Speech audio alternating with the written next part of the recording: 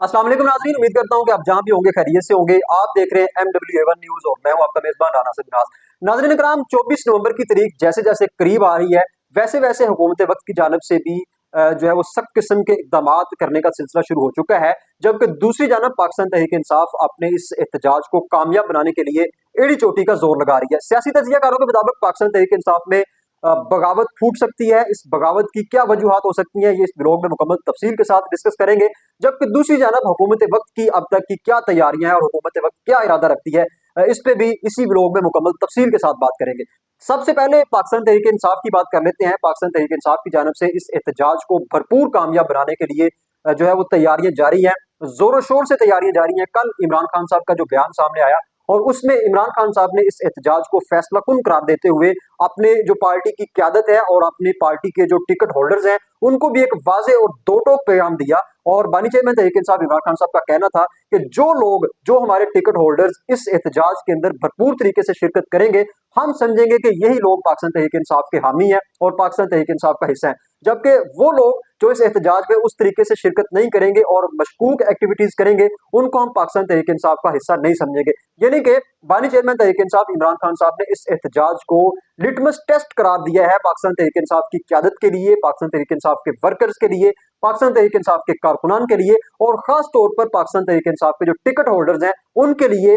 24 नवंबर का एहतजाज एक लिटमस टेस्ट होगा। और जो एसओपीज बताई जा रही हैं बुशरा बीबी साहबा की जानब से, कल जो उनका बयान आया उसमें उन्होंने एक दफा फिर वाजे किया कि हमारे जो एमपीएज हैं जिन्होंने हमारे टिकट के ऊपर इलेक्शन लड़ा था, उनके लिए लाजिम है कि वो 5000 लोग जो है अपने साथ लेकर निकले अपने अपने हलकों से। जबकि जो एमएनएज हैं उनके लिए 10,000 का फिगर जो है वो फाइनल किया गया है कि जिन लोगों ने पाकिस्तान तहरीक इंसाफ के टिकट से एमएनए का इलेक्शन लड़ा था और वो अभी एमएनए हैं, उनके लिए जरूरी है कि वो इस एहतजाज में 10,000 लोगों के साथ शिरकत करें। जो लोग इन फिगर्स को हासिल नहीं कर सके और जो इन फिगर्स के साथ इस्लामाबाद का रुख न कर सके, उनका पाकिस्तान तहरीक इंसाफ के साथ कोई ताल्लुक नहीं। यानी कि इस वक्त बानी चेयरमैन तहरीक इंसाफ इमरान खान साहब और बुशरा बीबी साहबा दोनों एक पेज पर हैं और यूं महसूस हो रहा है कि जैसे ये एहतजाज जो है वो हुकूमत के लिए नहीं होगा बल्कि अपने जो पार्टी के लोग हैं उनके लिए बड़ा अहम होगा।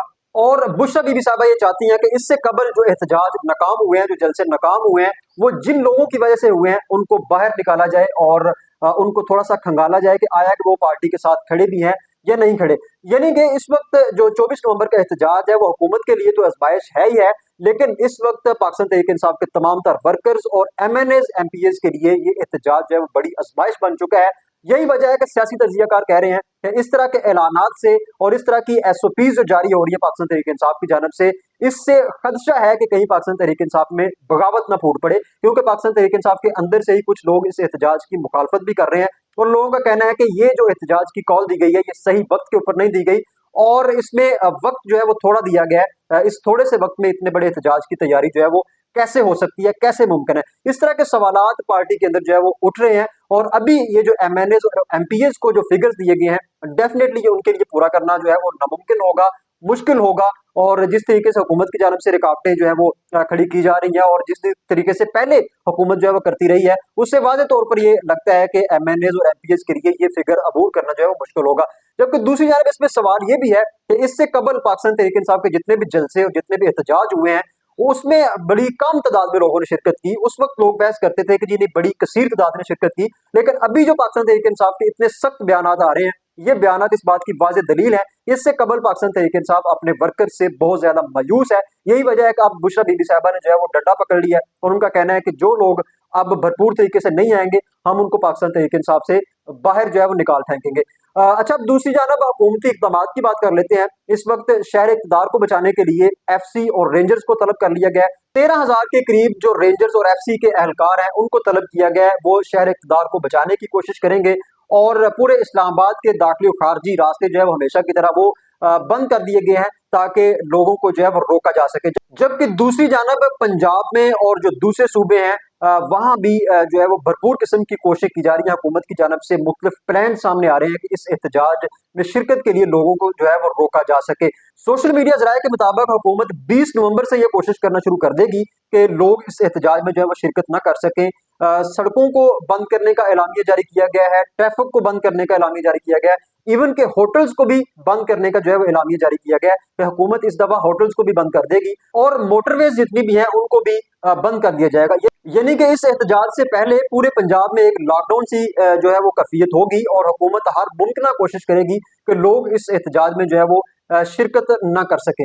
हस्बे रवायत हुकूमत हर छोटी से छोटी और बड़ी से बड़ी कोशिश करेगी इस एहतजाज को रोकने के लिए, इस एहतजाज को नाकाम बनाने के लिए। लेकिन सवाल फिर वही है कि अगर हुकूमत का ये दावा है कि पाकिस्तान तहरीक इंसाफ के साथ लोग नहीं है, अवाम नहीं है, पाकिस्तान तहरीक इंसाफ में इतना बड़ा एहतजाज नहीं कर सकती, तो फिर सवाल वही है कि इस तरह की जो पाबंदियां हैं वो क्यों लगाई जा रही है और हुकूमत की जानब से एड़ी चोटी का जो जोर है वो क्यों लगाया जा रहा है, जब अवाम ने निकलना ही नहीं और अवाम पाकिस्तान तहरीक इंसाफ को मुस्तरद कर चुकी है, रिजेक्ट कर चुकी है।